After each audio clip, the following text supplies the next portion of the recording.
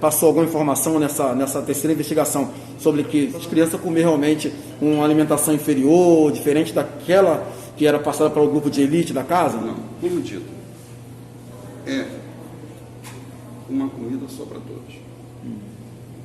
Era um arroz para todo mundo, um feijão para todo mundo, um macarrão para todo mundo. Agora você imagina, é uma casa de quase 50 pessoas, né? Você coloca aí o quanto estaria para manter. Agora, é de espantar que esses anos todos, desnutrido, tá? Não tem criança desnutrida, as crianças estão lá, quem estudou podia estudar, tem as cadernetas da médica, escola. Então, tem que ter um prisma, um olhar diferente das coisas. Por enquanto,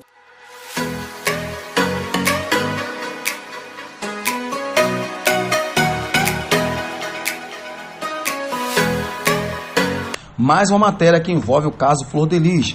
Você vai acompanhar essa entrevista na íntegra com o Dr. Júlio Borges, que é advogado da cozinheira de Cineia e também motorista de Flor de Lis, Márcio, conhecido como Buba. Você também vai acompanhar aqui alguns relatos de algumas testemunhas, inclusive da Débora, que também foi bastante contundente naquela audiência. Antes de darmos sequência a essa matéria, deixa eu convidar você para se inscrever aqui no canal, ativar o sino da notificação para você não perder nenhuma matéria. E não se esqueça que o teu comentário é muito importante. Para você não perder nenhuma matéria aqui no canal, verifique a sua inscrição, deixe o seu like e acione o sino da notificação para você ficar bem informado aqui no nosso canal. De olho nos fatos, Brasil!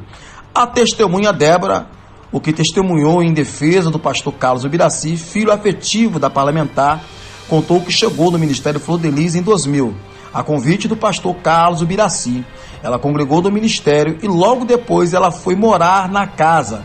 E sobre o comportamento de Flor de Lis, Débora contou que achava estranho a forma que a Flor de Lis se comportava e era raro a presença da Flor de Lis. Segundo a Débora, Flor de Lis era muito ausente. E sobre a pergunta do Ministério Público em relação ao grupo que tinha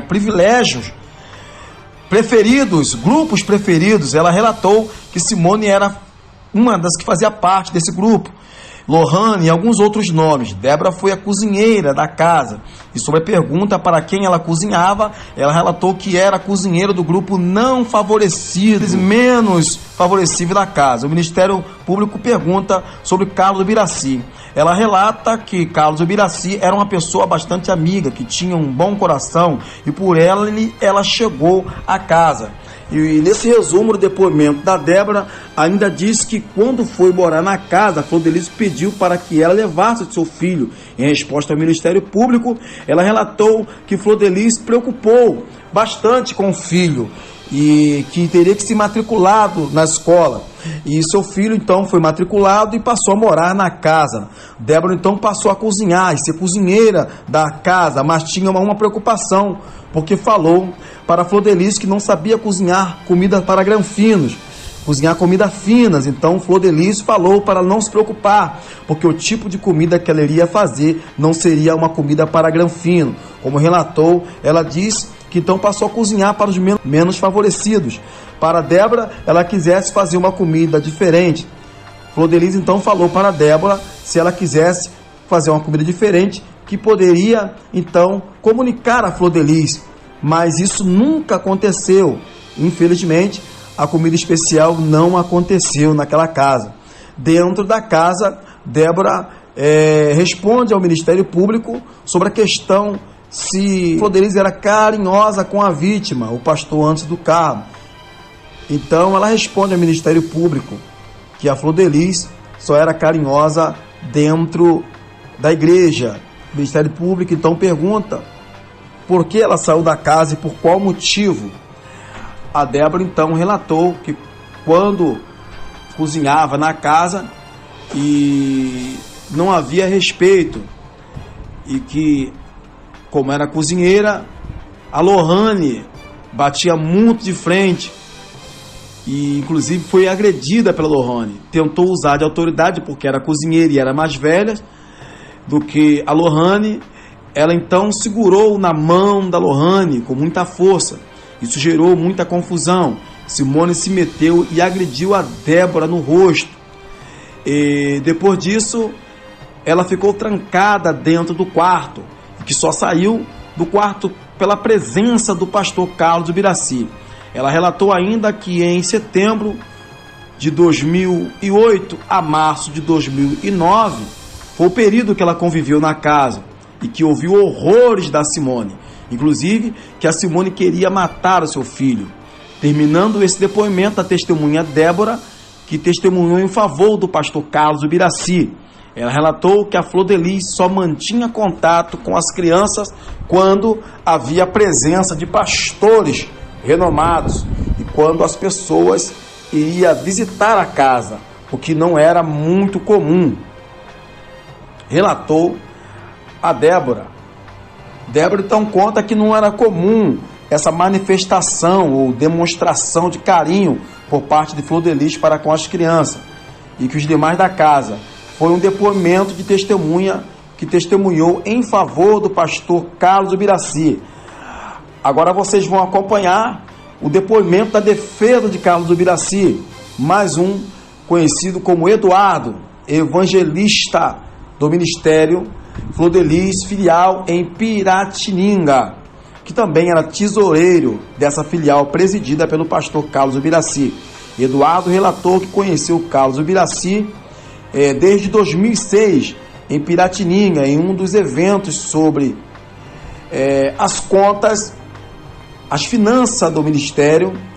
Ele relatou que toda a movimentação era repassada para o Carlos Ubiraci, que posteriormente passava para o Misael, que era tesoureira de todo o Ministério Flor de Lis, que tudo era prestado conta com o Carlos Ubiraci e depois para o Misael.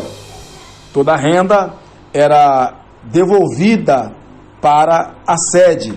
Em relação ao pastor Carlos Ubiraci, a testemunha Eduardo relatou que era um excelente pastor, conselheiro, um pastor amigo. E sobre o salário, se o pastor Carlos Ubiraci recebia, Eduardo relatou que Carlos Ubiraci recebia o valor que era pago, porque ele era lotado no gabinete da parlamentar, o valor entre 4 a 5 mil reais, e que o salário que ele recebia, a metade teria que ser devolvido à parlamentar. A testemunha também, de defesa de Carlos Ubiraci, também relatou que o pagamento recebido, preste bem atenção, era devolvido a metade dele para a parlamentar Flor de Lis. Esse então foi um depoimento que não durou nem 10 minutos do Eduardo, conhecido também como um evangelista do ministério e do filial ali em Piratininga, presidida pelo Carlos Ubiraci. Vocês vão acompanhar agora o relato também colhido ali, da testemunha de defesa da parlamentar, conhecida como Érica. E Érica, em seu depoimento, trouxe alguns relatos desmentindo as afirmações das testemunhas que relataram a questão dos maus tratos com as crianças e das alimentações inferiores o que era dado às crianças. A testemunha de Flor de Lis, que defendeu a seu favor, a Érica morou na casa durante 28 anos e que era estudante de direito e cursava a faculdade. E que, se precisasse, relatou a Érica, Flor de Lis, o pastor Anderson do Carmo, custeava todas as despesas da sua faculdade. O assistente de acusação, Dr. Ângelo Máximo, questiona a Érica, que cursa direito e que ganha apenas R$ 1.150 e pagava uma mensalidade de R$ 750. Érica responde que dava para pagar tranquilamente, porque não costuma gastar muito. Ela ainda diz: eu não costumo gastar muito, doutor. Nessa terceira audiência, podemos observar que a Flor de Lis não chorou e nem se emocionou em nenhum momento, mas ao testemunho e o depoimento da sua filha, uma das mais velhas da casa, a Érica, o canal A Voz Profética anotou esse detalhe. Flor de Lis chorou muito quando Érica começou a relatar sobre o tratamento da sua mãe e que todos que estavam na casa A maioria cursava faculdade, inclusive o Carlos Ubiraci, que estudou psicologia. Não temos essa informação se ele é formado. Isso não ficou muito claro, mas parece que o pastor Carlos Ubiraci cursou psicologia e a Érica está cursando advocacia. Trancou a sua matrícula devido à pandemia. Então, nesse relato, a Flor de Lis se emociona e a Érica deixou claro que todos na casa estudam e que isso era uma regra na casa. Isso era muito importante. Inclusive, existe uma sala para todos estudarem. Flor de Lis se emociona ouvindo esse depoimento. E o Ministério Público pergunta a Érica se ela ficou sabendo de uma reunião, se a Paula Barros estava instruindo alguém a depor, e como hoje a testemunha deveria depor. Houve uma pergunta se a Érica foi instruída a prestar o seu depoimento. Então Érica vai dizer que ouviu falar, se complicou um pouco. E o Ministério Público então pergunta, ouviu falar de quem? A juíza também pergunta, quem? E ela não soube responder. E em sua declaração ela diz que prefere não comentar. Ficou um pouco complicado essa parte do seu depoimento. Érica também confirma que Flor de Lis tinha um controle de tudo e que tudo teria que passar por ela. Nada era feito sem o consentimento da Flor de Lis. Então, um pequeno depoimento termina aqui, que prestou ali a testemunha de defesa da Flor de Lis, uma das filhas afetiva, a Débora. Acompanhe agora o último depoimento que foi colhido ali naquela noite dessa terça-feira, na audiência do caso Flor de Lis. A testemunha que também foi testemunha de defesa da Flor de Lis, por nome de Gabriela, que também é irmã de Lucas e ainda reside na casa. Um depoimento bastante contraditório, porque ela não confirma as suas primeiras informações em seu último depoimento. Para lembrar, em seu último depoimento, ela relatou que na noite do crime foi quem pegou a mochila e que presenciou a cena. E que dessa vez ela não confirma a pergunta feita pelo Ministério Público. E a juíza, por diversas vezes, inclusive até um tom mais exaustivo, mas a Gabriela não respondeu, ficou calada por algum momento, inclusive por alguns minutos, ela ficou sem resposta. O detalhe é que a juíza Nearis pergunta, você toma algum remédio? Você está dopada? Alguém obrigou você a não falar? Você está recusando a responder as perguntas? E depois de alguns minutos, ela vai responder as perguntas e vai cair em contradição, porque quando foi feita a pergunta se ela tinha contato com a Rejane, o que foi a patroa de Lucas, ela disse que nunca teve contato com a Rejane. E depois que ela ficou muito tempo calada, caindo em contradição, teve algum contato com a Rejane Rabelo, que também é testemunha de acusação do caso Flor de Lis. Inclusive, ela disse que encontrou a Rejane na oficina e outras vezes na padaria. E foi feita a pergunta se a Rejane havia convidado para ela morar na sua casa. E contou que sim. E aí já fica claro que ela ficou com medo de falar algo que viesse a complicar a Flor de Lis.